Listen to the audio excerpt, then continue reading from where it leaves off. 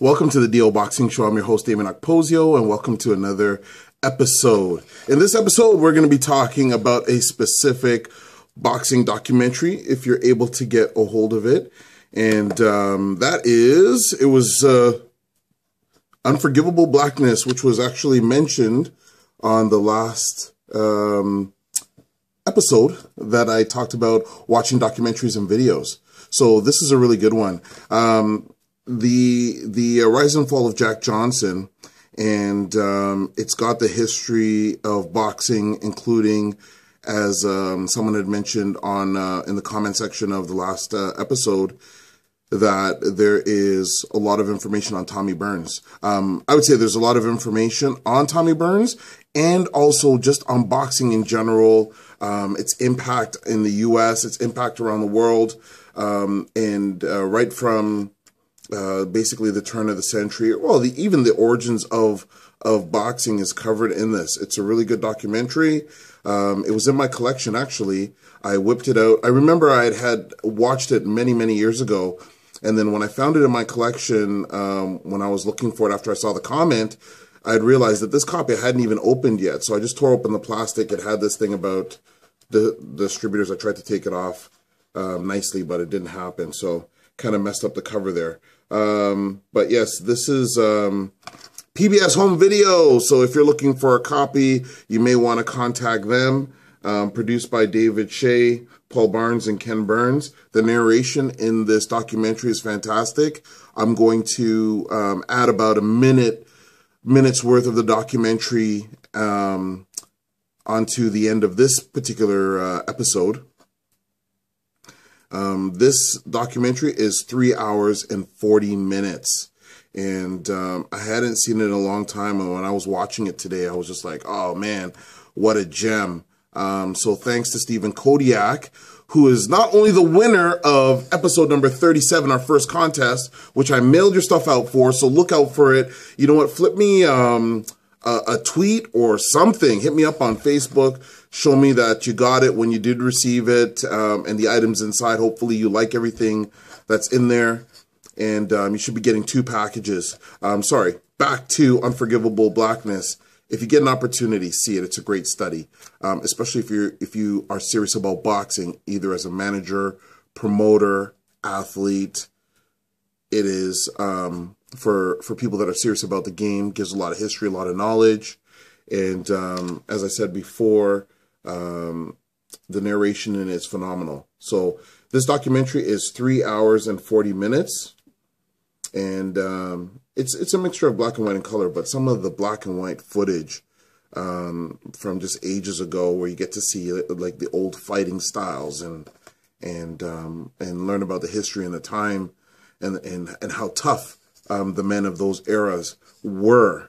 It's a phenomenal documentary to watch.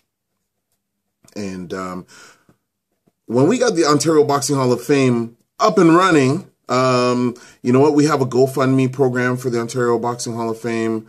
And, you know, this office where we're filming, our studio office, is going to be the home of the Ontario Boxing Hall of Fame. And we have a wall designated just for the plaques from our first induction this year. Check us out, invest, because this is going to be one of those spots where I'm going to be able to do screenings for documentaries like this for the general public. Like a lot of these videos that I have in my collection, you're probably not going to be able to find anywhere else. And it's important history, and I want to share it with everybody. But the office will be built and will be finished regardless of whether you contribute or not, because I'm going to continue to make the personal investment. I'm $30,000 into this office, and those are real numbers. So it does take a lot, and I still need to do shelving, get a couple more monitors and some display cases. So if you partake and if you donate, then that's great. I can speed up the process and then start getting the public in here to see some of the memorabilia that I've collected, that my crew has helped me collect over the years. And it's some pretty interesting stuff. Some stuff I'm going to have to actually keep in storage and then bring out, because I don't want to just leave it in here all the time. But it's going to be a treat for the public, especially if they're into boxing or curious about boxing. So just to end off this episode, great documentary. Stephen Kodiak recommended it and left a comment on the last episode. Great choice selection. It's a fantastic documentary. Get it if you're able, if you can find it in the library, or order it on Amazon. I'm sure there's probably some copies kicking around. If people still have a VHS, I'm sure they did it or remade it on DVD.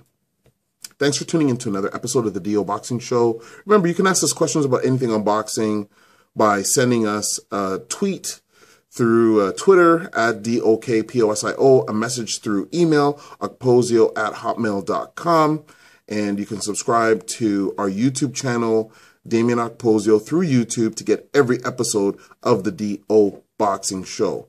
Thanks for tuning in. We appreciate your support, and we'll see you on the next episode.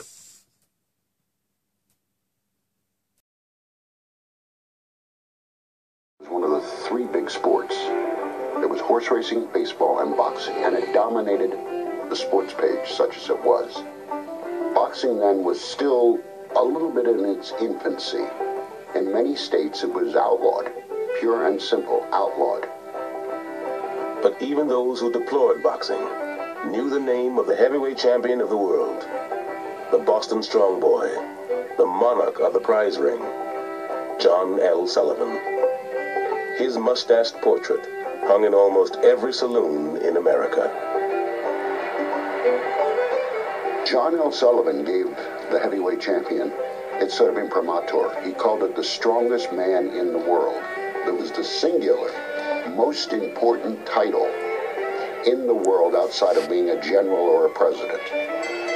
Sullivan really, in America, made this championship mean something. He made being a boxing champion. You suddenly became sort of like the emperor of masculinity. It's what you were. You became a hero figure. I go in to win from the very first second, John L. Sullivan liked to say. Win I must, and win I shall. And win he did.